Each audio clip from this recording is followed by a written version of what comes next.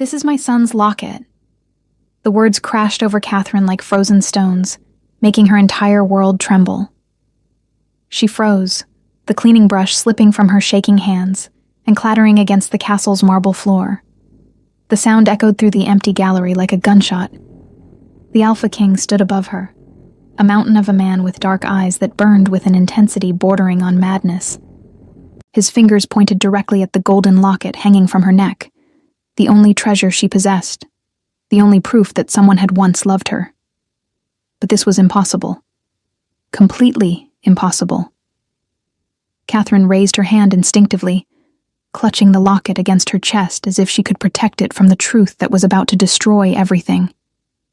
Her voice came out in a broken whisper, barely audible in the heavy silence that had descended upon the corridor. "It was a gift. From my boyfriend. He gave it to me." The king's eyes narrowed, and something dangerous danced in their depths. Something like hope mixed with 2 decades of pain. Something that made his alpha emerge, powerful and terrifying. "Your boyfriend." He pulled his own locket from inside his tunic, identical to hers, and when the two came close, both exploded in golden light, ancient runes dancing across their surfaces. There were only 2 of these in the world. I had them made when my son was born, one for him, one for me. Catherine's breath failed. No. Where is he?" The king's voice was a command that made the walls tremble. "Where is the man who gave you this locket?" And Catherine realized, with growing horror, that the man who had rejected her, who had broken her heart because she wasn't good enough for his family, was the kingdom's lost prince. The son the Alpha King had desperately searched for 23 years. Before we continue with the story, tell us where you're watching from and how old you are. I hope you enjoy the story. The stone floors whispered secrets beneath her knees as she scrubbed, each stroke of the brush a prayer for invisibility. The castle of the Alpha King rose around her like a mountain of judgment, all cold marble and colder eyes. She was nothing here, less than nothing. A rejected Omega whose wolf had been deemed unworthy by the mate the moon goddess herself had chosen for her. But she needed to survive, and survival meant working in shadows, accepting the crumbs of mercy thrown by those who would never see her as whole. Her name was Catherine, though few bothered to learn it. 20 years of life had carved delicate lines into her pale face, and her white hair, rare and ethereal, caught the torchlight as she moved through the corridors like a ghost. She kept her head down, always down, letting that silver cascade shield her from stares and whispers. The other servants gave her a wide berth, as if rejection were contagious, as if her broken bond might somehow taint their own futures. But there was one thing she never hid, one defiance she allowed herself. Around her neck hung a golden locket, simple yet exquisite, warmed by her skin and her memories. It was the only beautiful thing she owned, the only proof that once someone had loved her. Her fingers found it constantly, tracing its smooth surface like a talisman against the cruelty of the world. The Alpha King's castle was a labyrinth of power and prestige. Aiden Silverlake ruled these lands with an iron fist wrapped in velvet diplomacy, his reputation forged in battle and tempered by loss. He was a man carved from stone and shadow, his black hair threaded with silver at the temples, his beard meticulously groomed, his dark eyes holding depths that no one dared to plumb. He walked the halls with the weight of a kingdom on his shoulders, yet there was a hollowness in him that even his strongest warriors could sense. 23 years ago, the king had known joy. His son had been born under a full moon, a prince with lungs that proclaimed his arrival to every corner of the realm. Aiden had held that tiny, perfect creature, and felt his heart expand beyond what he thought possible. He had commissioned a locket, pure gold inscribed with ancient wolf runes, a protection charm, and a symbol of unbreakable bonds. He had clasped it around his infant son's neck with trembling hands, whispering promises of love and legacy. 3 days later, his mate, Celine, had vanished with the child. No ransom demand came. No body was ever found. The kingdom had been scoured, forests burned in desperate searches, Rivers dragged until the water ran muddy with disturbed silt. Witches had been consulted. Seers had thrown their bones. Trackers had followed trails that led nowhere. It was as if the earth had opened and swallowed them whole, leaving only silence and a father's howling grief. Aiden had never taken another mate. He had never stopped searching, and he had never removed the identical locket he wore, twin to the one he had placed on his son. It rested against his chest now as he strode through the eastern wing, reviewing security measures with his beta, a constant reminder of what he had lost. He barely noticed the Omega scrubbing the floors until her scent hit him. It was wrong, somehow. Not unpleasant, but sharp and jarring, like a chord struck off key. Rejection had a smell, acrid and broken, and it clung to her like smoke. But beneath it was something else, something that made his wolf stir with interest for the first time in years. He slowed his pace, his beta's voice fading into background noise. She was bent over her work, white hair spilling forward like a waterfall of moonlight. So focused, so small. And then he saw it, the locket, swinging gently as she moved, catching the light and throwing it back in golden sparks. His heart stopped. The world narrowed to that single point of gleaming metal. It was impossible. There had only been two, crafted by the finest goldsmith in the realm, embedded with protection spells that made them unique, irreplaceable. One around his neck, one lost with his son. His hand shot out, gripping his beta's arm hard enough to bruise. The other man fell silent immediately, following the king's gaze. Catherine felt the weight of attention before she heard the footsteps stop. The back of her neck prickled, her wolf whimpering in instinctive submission, even as broken as she was.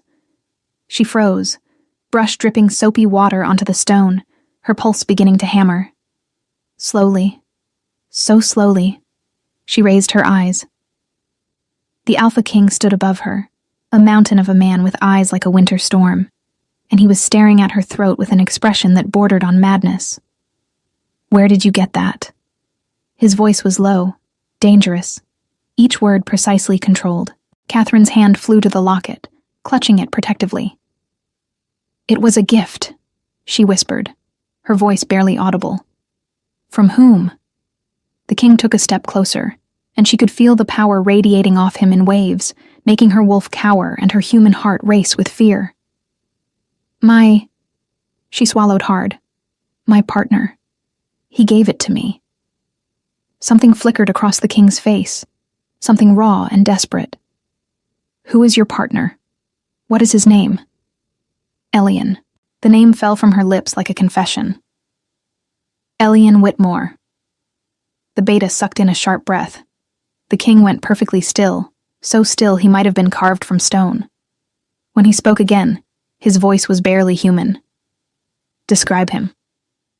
Catherine's fingers trembled against the locket. "He's 23, dark hair with gold in it when the sun hits just right.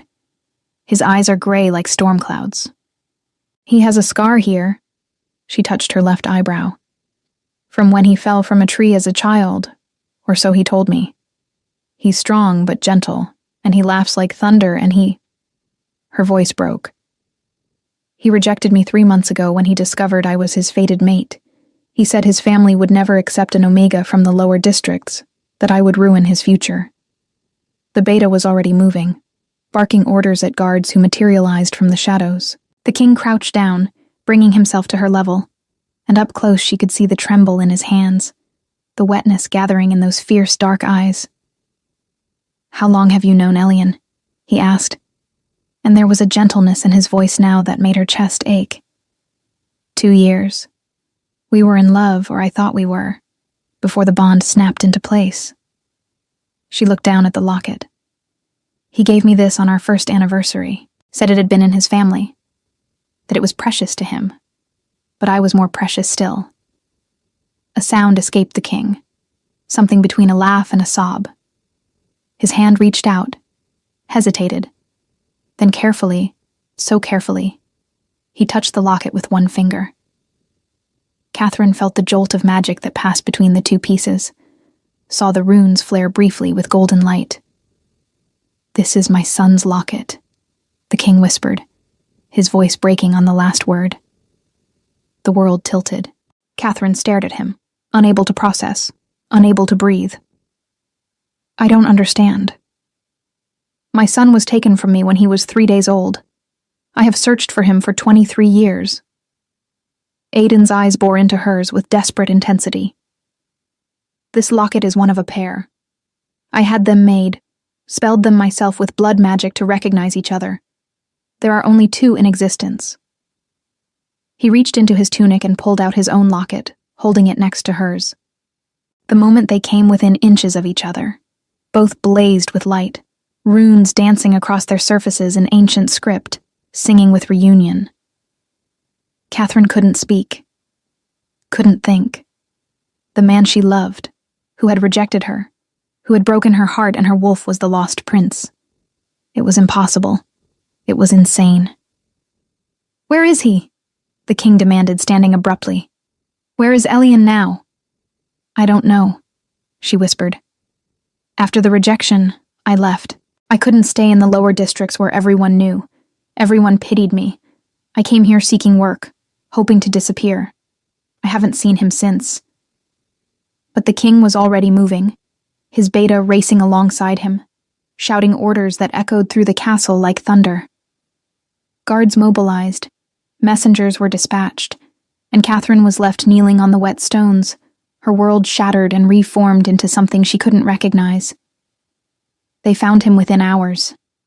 Elian Whitmore lived in a modest home in the southern district, working as a craftsman's apprentice, his life unremarkable except for the strange melancholy that clung to him like a second skin. When the king's guards arrived at his door, he thought he was being arrested for the crime of rejecting his mate. Rejection was not illegal, but it was shameful, and he had heard whispers that the king had a particular hatred for those who threw away the goddess's gifts. He was brought to the castle in chains of silver that burned his skin, his heart pounding with fear and confusion. They led him through corridors of impossible grandeur, past servants who averted their eyes, until finally he was thrust into the throne room where the Alpha King waited. Aiden stood before his throne, not sitting, his entire body vibrating with barely contained emotion. When Elian was pushed forward, their eyes met, and the king made a sound like a wounded animal. The locket, he commanded. Show me the locket you gave to the Omega. Elian's brow furrowed in confusion. I don't have it anymore. I gave it to my girlfriend, before... He stopped, shame coloring his face. Before you rejected her, the king finished, his voice hard. Yes. Elian lifted his chin, defiant despite his fear. I had no choice. My mother said our family could never accept such a match, that it would destroy everything we'd built. I had to protect my future, my mother's reputation. Your mother. The king descended the steps slowly, each footfall echoing. Tell me about your mother. Her name is Celine Whitmore. She's a healer, well respected in the southern district. She raised me alone, never spoke of my father except to say he was dead. Elian's voice wavered slightly. What does this have to do with anything? Why am I here? The king stopped an arm's length away, studying him with an intensity that made Elian want to bare his throat in submission. Where did you get the locket?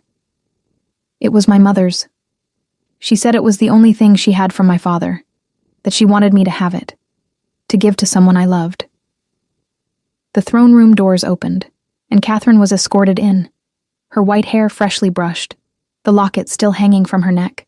She looked ethereal and terrified, and when Elian saw her, his heart clenched with guilt and longing he had tried so hard to bury. Catherine, he breathed. She didn't look at him, couldn't, her eyes fixed on the floor. The king gestured for her to come forward. She obeyed, moving like a dream, until she stood beside him. Then Aiden did something that made the entire room hold its breath. He removed his own locket and held it up. 23 years ago, I had 2 lockets made for my newborn son. One I placed around his neck. One I kept for myself. They were spelled to recognize each other, to glow in each other's presence, to be unmistakable. He looked at Elian with eyes full of decades of grief. Your mother took you from me when you were 3 days old. She was my mate, my queen, and she vanished without explanation, without mercy. I have searched for you every day since." Elian shook his head, backing away. No, my mother would never. She raised me, she loved me, she—" "Where is she now?" the king interrupted. "Where is Celine?" "At home, probably tending to her garden or preparing evening meals. Elian's voice failed him as the implications crashed over him like a wave. The king turned to his beta. "Bring her, carefully. I want no harm to come to her, but I will have answers." As guards rushed to obey, Aiden approached Elian slowly, carefully, like one might approach a wounded animal. "I know this is overwhelming. I know you have no reason to believe me, but—" His voice cracked. "But you are my son. I can feel it in my bones, in my wolf, in every part of me that has been broken since you were taken." Elian looked at this powerful man, this stranger who claimed to be his father, and felt something shift deep inside him. Memories flickered at the edges of his consciousness, fragments of dreams he'd had all his life. A warm embrace that smelled of cedar and power, a deep voice singing lullabies in the old language, a sense of belonging he'd never quite found.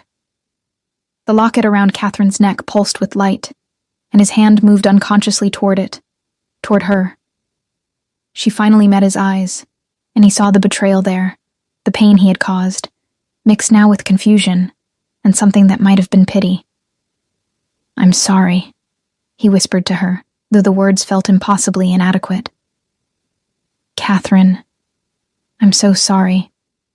She said nothing, but tears traced silver paths down her pale cheeks. They waited in heavy silence for what felt like hours, but was barely one. When the doors opened again, a woman was escorted in, her hands bound loosely, her face pale but composed. Celine Whitmore was beautiful still, despite the years, her dark hair threaded with gray, her eyes the same stormy gray as her son's. When she saw Aiden, she stopped breathing. "Aiden," she whispered, and there was such anguish in that single word that even the guards looked away. The king stood frozen, staring at the woman he had loved and lost, the woman who had destroyed him. "Why?" The word was torn from somewhere deep inside him. "Why did you take him? Why did you let me believe you were dead? Let me search until I was half mad with grief?" Celine's eyes closed, tears spilling down her face. "Because I was dying." The words fell into the room like stones into still water, rippling outward in waves of shock. "The healers told me 3 days after Elian was born. There was a poison in my blood, something from an assassination attempt that had finally taken root. They gave me months, maybe a year." She opened her eyes, meeting Aiden's gaze with terrible courage. "I couldn't let you watch me die. I couldn't let our son's first memories be of his mother wasting away, of the court vultures circling, waiting to influence a grieving king. I thought if I left, you could move forward, find another mate, give the kingdom a healthy queen and more heirs."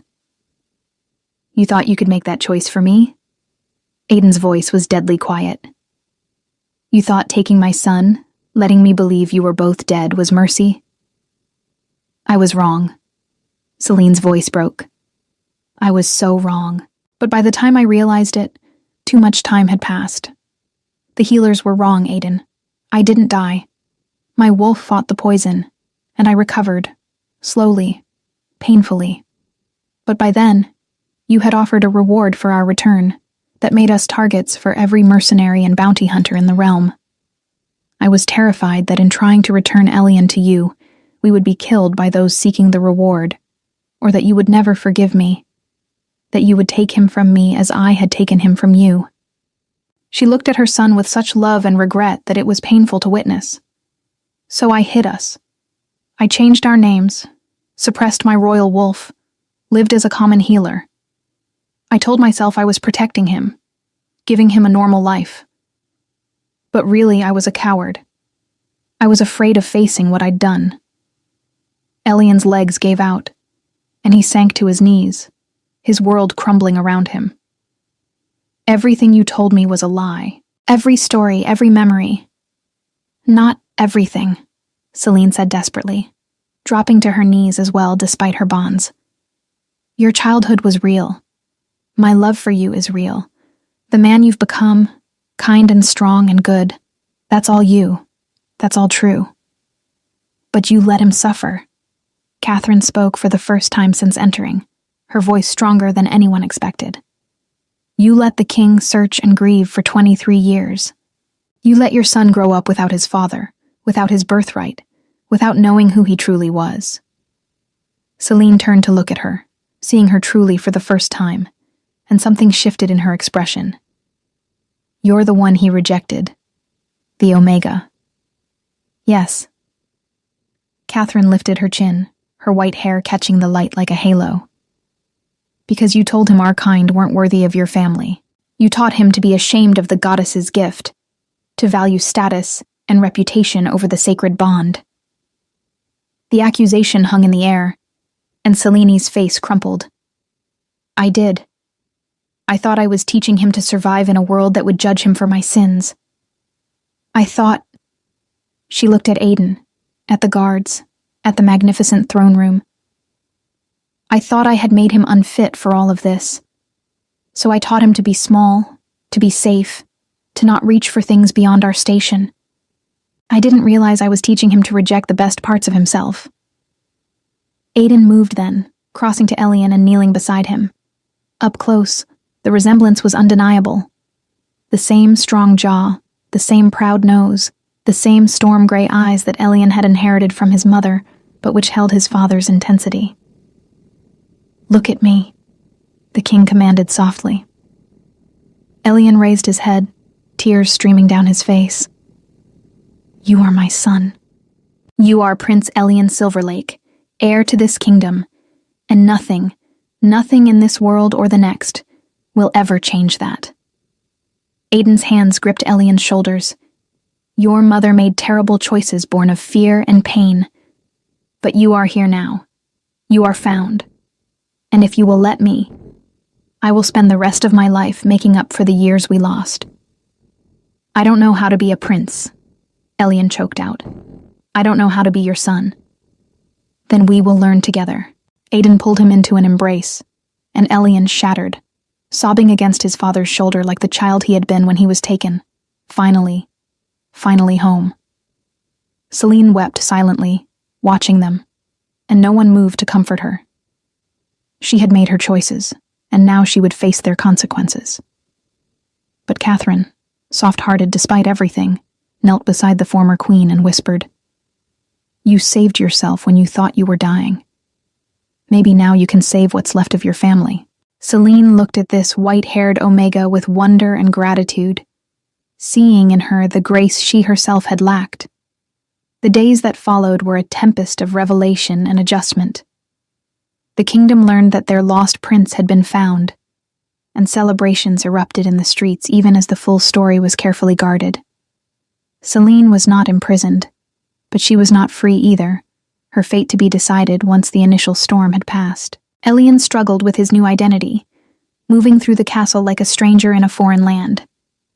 Tutors were assigned to teach him history, politics, combat, and magic. He was fitted for clothes that cost more than everything he had owned in his previous life combined. He was introduced to nobles who bowed and scraped, their eyes calculating what favor they might gain from the newfound prince. Through it all, Aiden was a constant presence, patient and fierce by turns, determined to forge a relationship with this son, who was both his blood and a stranger.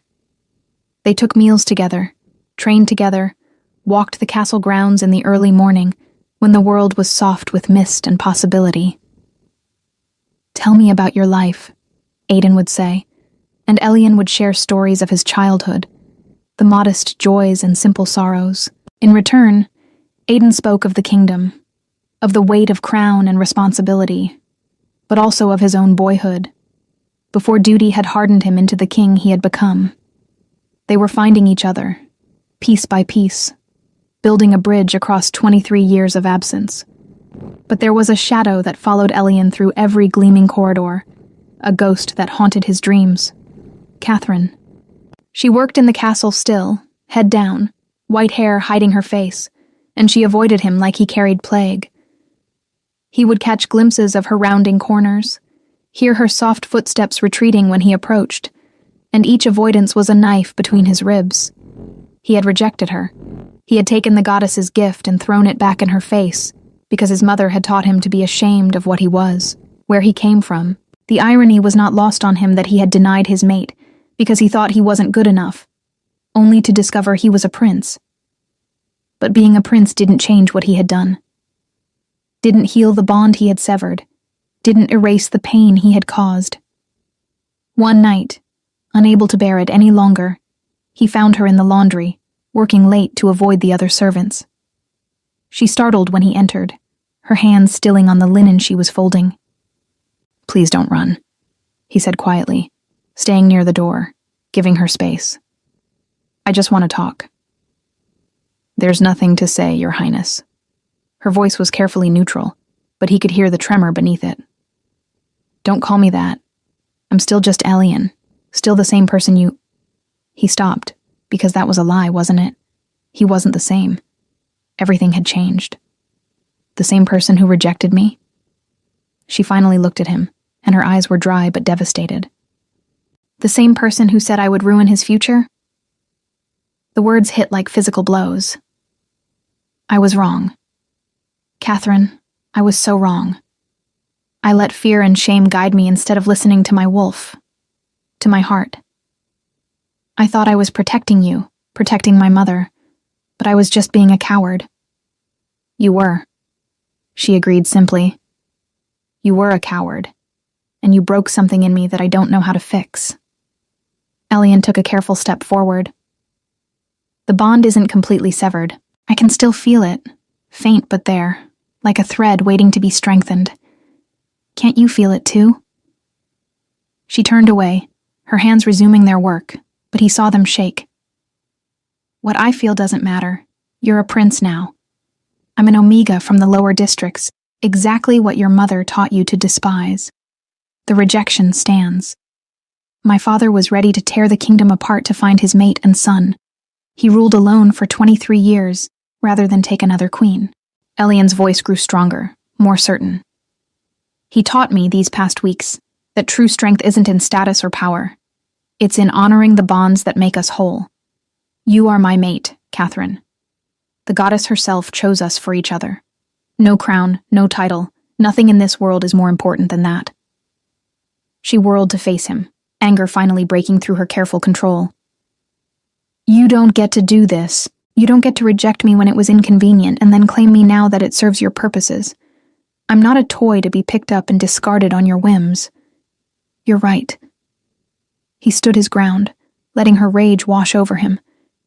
You're absolutely right. I don't deserve your forgiveness. I don't deserve another chance. But I'm asking anyway because the alternative is spending the rest of my life knowing I threw away the greatest gift I could ever receive. Pretty words from a prince. But her voice had lost some of its edge. Not a prince. Not to you. He slowly, carefully, lowered himself to his knees before her. Just a man who made the worst mistake of his life, and who will spend every day trying to make it right if you'll let him. Catherine stared down at him. This man who had broken her heart, who had discovered he was royalty, who was now kneeling in a laundry room like a supplicant before a goddess. It would be so easy to turn away, to let bitterness harden her heart completely. But she had felt the bond too, thin and fragile but stubbornly alive, and her wolf whimpered with longing for its mate. I can't just forgive you, she whispered. I can't just forget the pain. I'm not asking you to forget. I'm asking you to let me try to heal it. He looked up at her with those storm-gray eyes that had haunted her dreams. Give me a chance to prove that I'm more than my worst moment. Let me show you that you are valued, treasured, worthy of every good thing this world has to offer. She was silent for a long moment, warring with herself. Finally, she said, I won't make it easy for you. Hope flared in his chest like a sunrise. I don't want easy. I want you." "Then stand up," she commanded softly, "and start by treating me like a person, not a broken thing you need to fix." He stood, and for the first time in months, they simply looked at each other without pain clouding every glance. It was a beginning, fragile and uncertain, but a beginning nonetheless. The castle watched with interest as the prince began courting the white-haired Omega with a devotion that bordered on reverence. He brought her flowers from the royal gardens, rare blooms that had never been offered to a servant. He sought her out for walks in the evening, speaking of everything and nothing, slowly rebuilding trust one conversation at a time.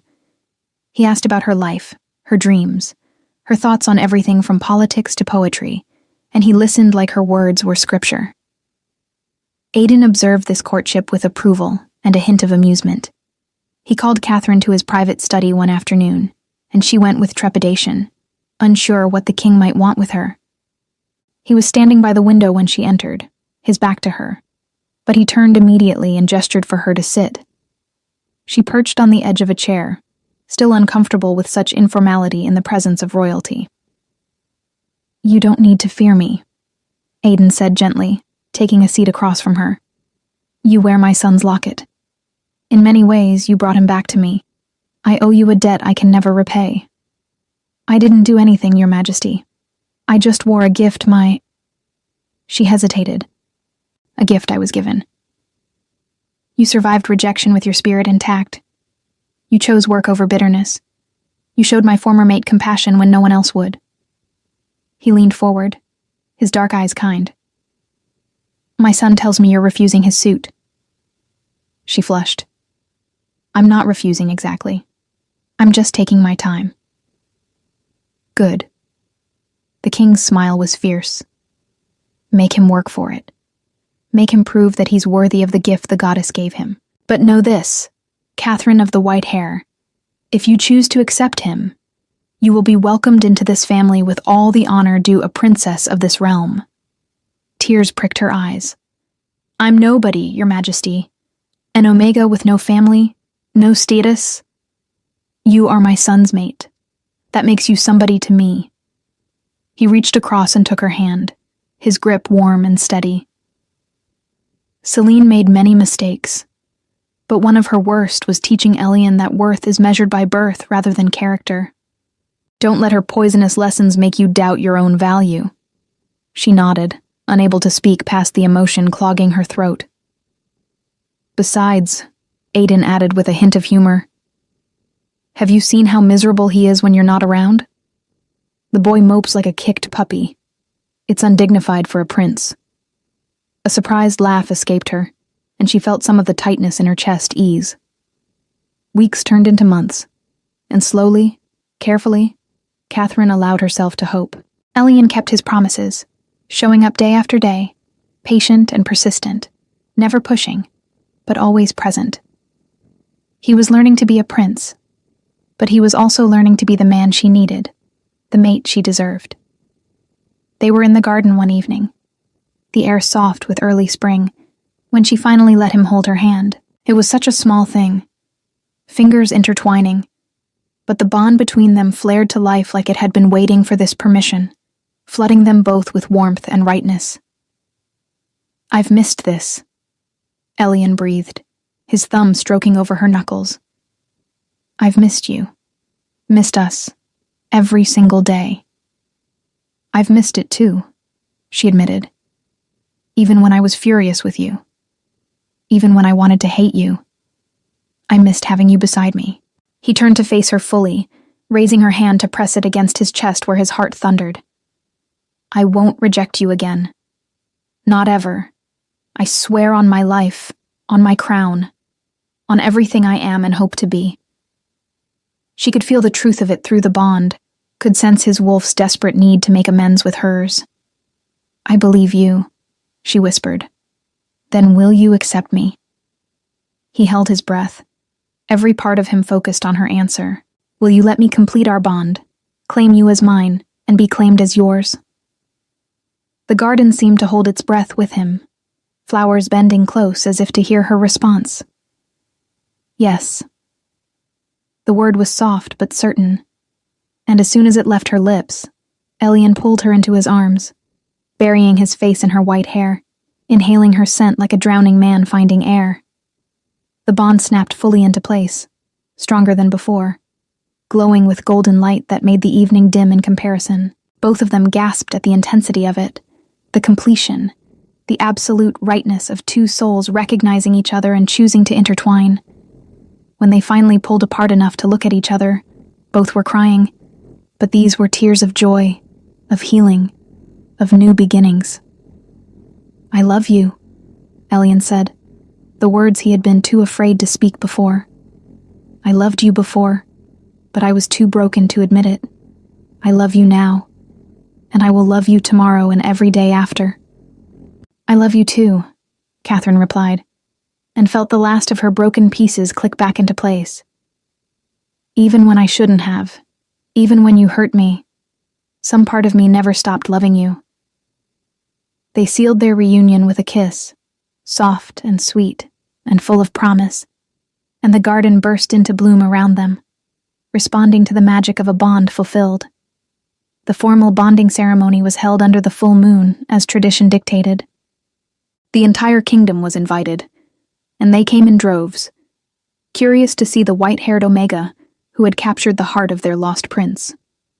Catherine wore a gown of silver that made her look like she was carved from starlight, and the golden locket rested against her throat, no longer a reminder of loss, but a symbol of destiny fulfilled. Elian stood beside her in ceremonial armor that had been his father's, his own locket catching the moonlight, and when they spoke their vows, there wasn't a dry eye in the assembly. Aiden performed the ceremony himself, his voice strong and clear as he bound their hands with silk cords and blessed their union in the old language. When he pronounced them bonded mates, the crowd erupted in cheers that could be heard for miles. But the king's own happiness was bittersweet. He had his son back, yes, and soon would have a daughter-in-law who already felt like family. But Celine was a shadow that still haunted the edges of his joy. She had been confined to a tower room, not quite a prisoner, but not free, while he decided her fate. The law was clear about what she had done, kidnapping the heir, depriving the kingdom of its prince, but his heart was less certain. She had been his mate once, his love, and despite everything, some part of him still remembered what that had meant. One night, after the celebrations had died down and the castle slept, Aiden climbed the stairs to her tower.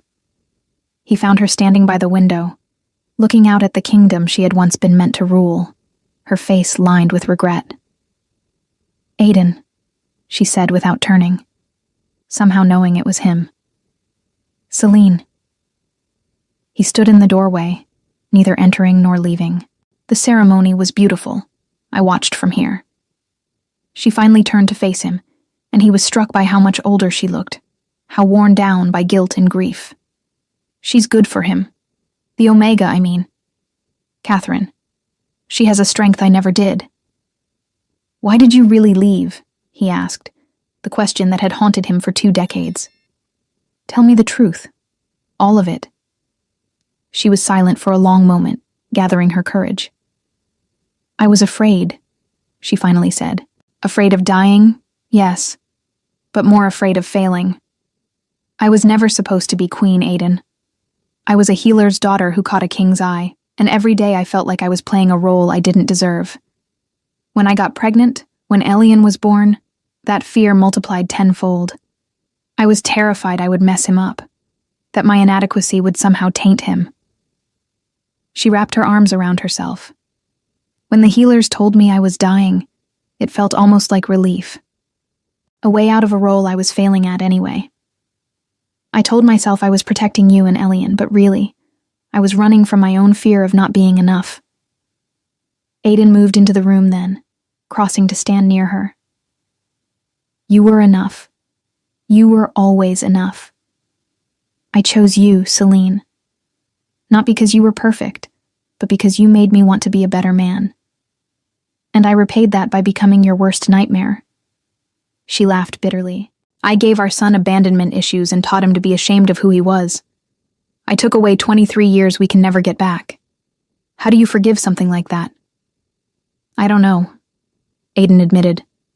Part of me wants to hate you for what you did.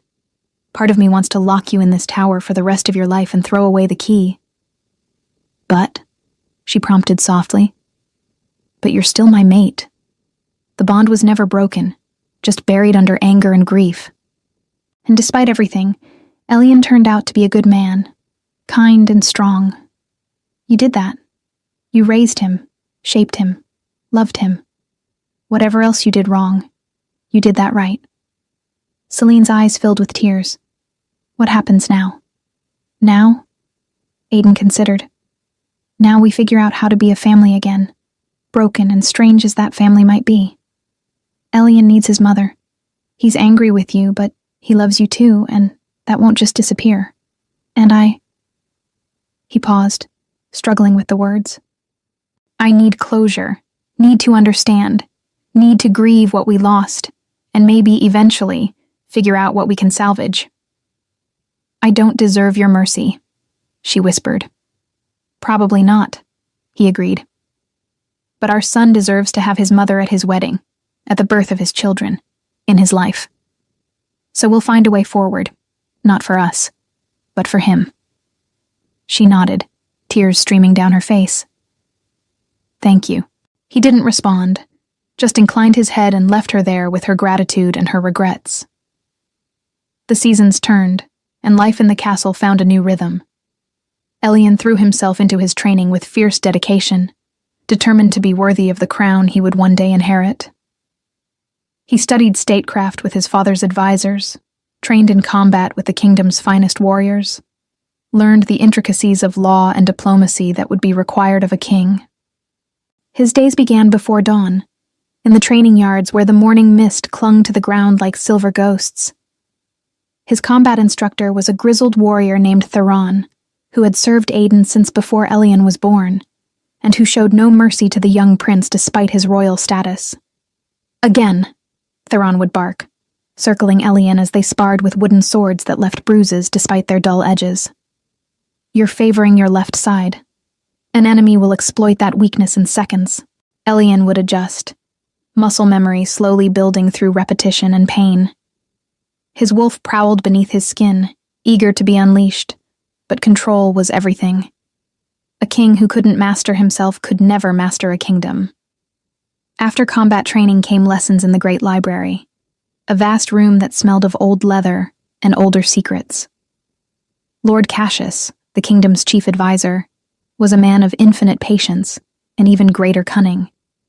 He taught Elian to read between the lines of correspondence, to understand the web of alliances and enmities that held the kingdom together. A king must be both lion and fox, Cassius would say, his fingers steepled beneath his chin. Strong enough to defend, clever enough to avoid unnecessary battles. Tell me, Prince Elian, if the southern territories demand lower taxes while the northern lords require more troops for their borders, how do you satisfy both without weakening the crown? These were puzzles with no perfect solutions, only calculated compromises, and Elian learned to navigate them with growing confidence. But it was exhausting, this constant weight of decisions that affected thousands of lives. In the afternoons, Aiden would summon him to the throne room to observe court proceedings. Elian stood at his father's right hand, silent and attentive, watching how the king dispensed justice, mediated disputes, and made pronouncements that shaped the realm. He saw his father's wisdom, but also his weariness, the way decades of rule had carved lines into his face and shadows beneath his eyes. What did you learn today? Aiden would ask, as they walked back to the royal quarters afterward. That being king means everyone wants something from you, and no decision will please everyone, Elian replied one evening, frustration coloring his voice. Aiden smiled grimly. An accurate assessment. But you also learned, I hope, that fairness matters more than popularity, and that a king who tries to please everyone ends up serving no one. These conversations were precious to both of them, father and son finding their way to each other through shared purpose and mutual respect. But Elian also made time for his mate, for long walks in the garden and quiet evenings by the fire, for laughter and tenderness, and the slow building of a life together. Catherine, for her part, was learning to be a princess, though she chafed against the formality of it all. She preferred working in the gardens or visiting the lower. Aiden watched them with pride and a bittersweet ache. They were so young, so full of hope and possibility, everything he and Celine had been before fear had torn them apart. He had slowly begun allowing Celine more freedom, letting her attend dinners and court functions, though she kept to the edges, still not fully accepted back into the fold. One evening, as Aiden sat in his study going over reports, Elian knocked and entered without waiting for permission, a privilege afforded only to family. "Father," he said, and Aiden still felt a thrill every time he heard that word. "I want to talk to you about Mother." Aiden set down his papers, giving his son his full attention. "What about her?" "She's miserable. She puts on a brave face, but I can see how much she's suffering, how much she regrets what she did." Elian sat across from his father. "I've been angry with her, and I'm not saying I'm not still working through that, but she's my mother. She raised me, loved me, even if she made terrible choices, and she's your mate, Father. The bond is still there. I can see it whenever you're in the same room." "What are you suggesting?" Aiden asked carefully. "I'm suggesting you talk to her, really talk to her. Not as king to subject, but as mate to mate. Figure out if there's anything left worth saving." Elian leaned forward. "You've spent 23 years searching for us. Don't spend the rest of your life holding on to anger when you could be healing instead." Aiden was silent for a long moment. "You're wise beyond your years." "I have a good teacher," Elian replied with a small smile. That night, Aiden went to Celine's tower again, but this time he brought wine and 2 glasses. She looked up in surprise when he entered, setting down the book she'd been reading. "Can we talk?" he asked. "Not as king and criminal, but as Aiden and Celine, the way we used to." She nodded, unable to speak past the emotion in her throat. They sat by the fire, and for the first time in over 2 decades, they talked. Really talked. About the past, about their mistakes, about the fear and pain and grief that had shaped them. They talked about Elian, about the man he had become, about the years they had both missed. They talked until the fire burned low and the night grew deep, and somewhere in all those words, they began to find their way back to each other. It wasn't forgiveness. Not yet. It wasn't even reconciliation. But it was a beginning. A tiny crack in the wall of anger and hurt that had stood between them for so long. Days turned into weeks, and those tentative conversations became a regular occurrence. Aiden found himself seeking Celine out, asking her opinion on Elian's training, discussing kingdom matters, sometimes just sitting in comfortable silence the way they used to. The mate bond, dormant for so long, began to strengthen again, warming the cold places in both their hearts. Catherine noticed the change and encouraged it. "Love is too rare a thing to waste," she told Elian when he expressed concern. "If they can find their way back to each other, shouldn't we support that?" And so the castle watched as their king and his long-lost queen slowly, carefully, fell in love again. It was different this time, tempered by loss and matured by suffering, but perhaps deeper and more real for all of that. On the anniversary of Elian's return, Aiden made an announcement that shocked the court. He was reinstating Celine as his queen, not erasing what she had done, but acknowledging that people were more than their worst mistakes, that love could survive even terrible betrayals if both parties were willing to fight for it. There was grumbling among the nobles, of course, those who felt she should be punished more harshly. But the king's word was law, and gradually, the kingdom accepted their queen's return. Elian stood beside his father at the ceremony, and when Celine was crowned anew, tears streaming down her face, he stepped forward and embraced her, publicly forgiving her and welcoming her back into the family. It was a moment of grace that the kingdom would remember for generations. That night, the royal family gathered for dinner in the private chambers. No servants, no guards, just Aiden, Celine, Elian, and Catherine. They laughed and talked and shared stories, weaving together the separate threads of their lives into a tapestry of family. "I never thought I'd have this again," Aiden admitted, looking around the table at the faces he loved.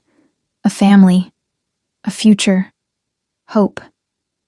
We all deserve second chances, Celine said softly, reaching across to take his hand. Thank you for giving me mine. Elian and Catherine exchanged a glance, their bond humming with contentment. Against all odds, despite pain and separation, and nearly impossible circumstances, they had found their way to this moment. This perfect, imperfect family, built from broken pieces made whole. As the months passed, Elian's training intensified. He was being groomed to take over the kingdom, to step into his father's enormous footsteps. And the weight of it sometimes felt crushing. But Catherine was always there, his anchor and his comfort, reminding him that he didn't have to be perfect, just present. Aiden watched his son grow into his role with fierce pride, and one day he called Elian to his study. It's time, he said simply. Time for what? Elian asked, though something in his father's tone made his heart beat faster. Time for me to officially name you Crown Prince and begin transitioning power to you. Aiden stood, moving to look out the window at the kingdom stretching below. I'm not a young man anymore, and I've spent too many years in grief and searching. I want to enjoy what time I have left with your mother, to travel, to simply be Aiden instead of always being the king. Elian felt panic flutter in his chest. I'm not ready. No one ever is, Aiden said with a smile, turning to face him.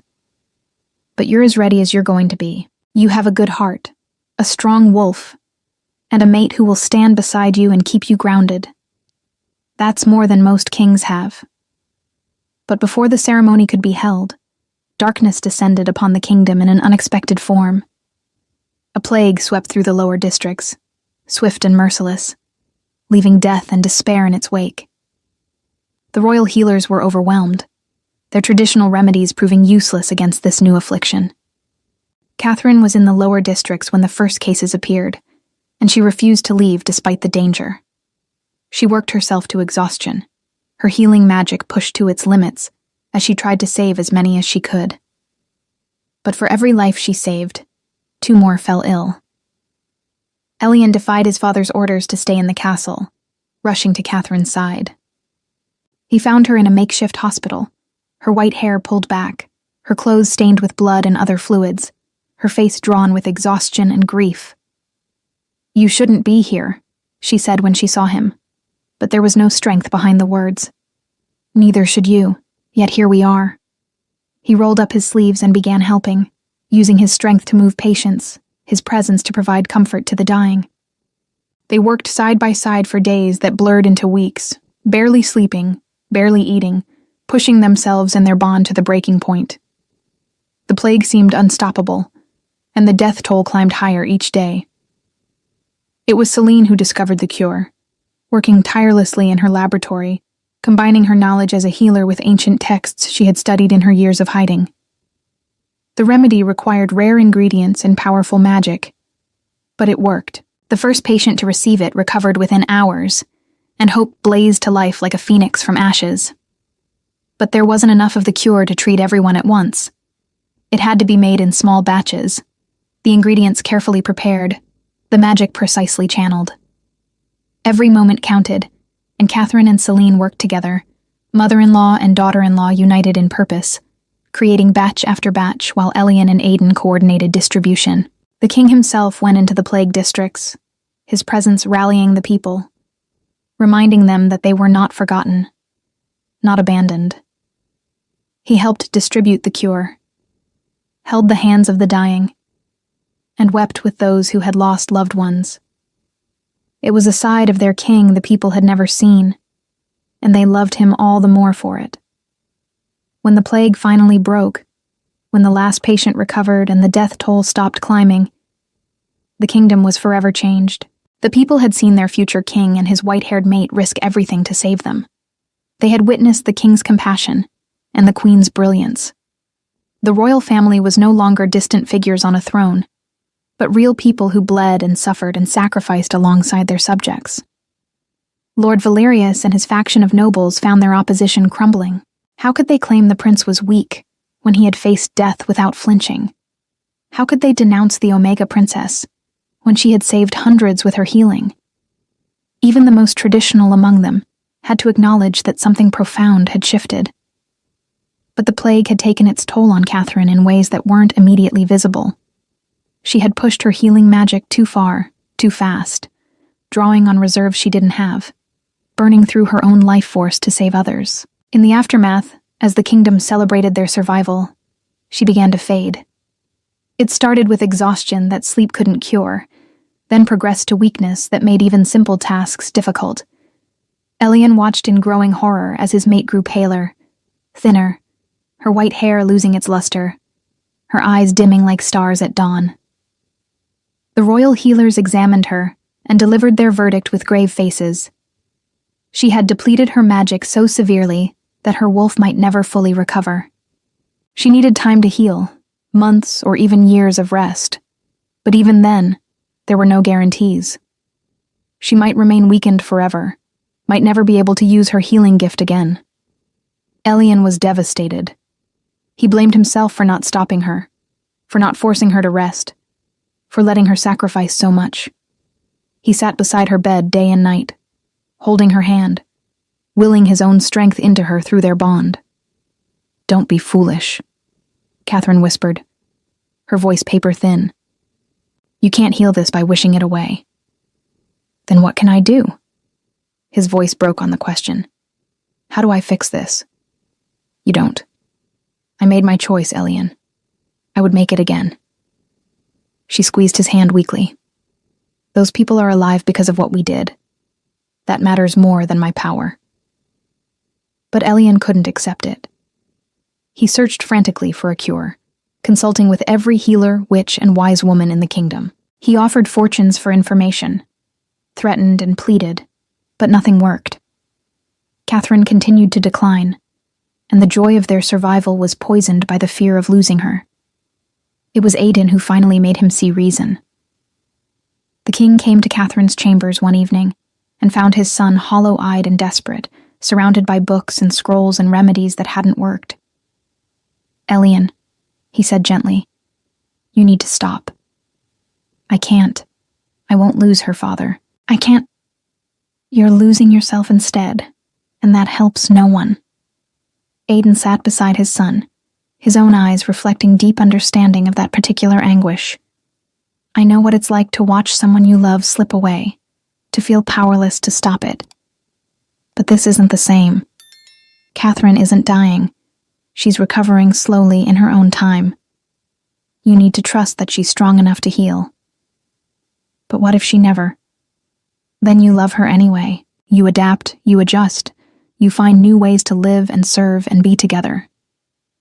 Aidan gripped Elian's shoulder firmly. "She doesn't need you to fix her. She needs you to be with her, to support her, to remember that she's more than her healing power, more than her magic. She's your mate, your partner, and she needs you whole, not broken by guilt and fear." The words hit Elian like cold water, shocking him back to clarity. He looked at Catherine sleeping in the bed, her face peaceful despite her weakness, and realized his father was right. He had been so focused on curing her that he had forgotten simply to be present with her, to cherish what they had, rather than mourning what might be lost. From that day forward, he changed his approach. Instead of desperately seeking cures, he focused on her comfort and happiness. He read to her, told her stories, brought her flowers from the garden, and sang her the old songs his mother had taught him. He opened the windows so she could feel the breeze and hear the birds, arranged for musicians to play softly in her chambers, and made sure she knew every moment that she was loved, valued, cherished for who she was, not what she could do. Slowly, gradually, Catherine began to improve. The color returned to her cheeks, strength to her limbs. Her wolf, battered but not broken, began to heal. It took months, and she would never be quite as powerful as she had been, but she recovered enough to walk the gardens again, to smile and laugh, to live. The experience changed them both, deepened their bond in ways that prosperity never could. They had faced the darkness together and emerged scarred but stronger, their love tested and proven unbreakable. When Catherine was finally well enough to leave her chambers regularly, the kingdom rejoiced. They had watched their future princess fight death to save them, then fight death again for herself, and they loved her with a fierce loyalty that no amount of royal breeding could have earned. It was after her recovery, on a crisp autumn morning, when the leaves painted the garden in flames of gold and crimson, that Elyan took Catherine to their favorite spot by the fountain and knelt before her once more. "I knelt before you once and asked for forgiveness," he said, his storm-gray eyes bright with emotion.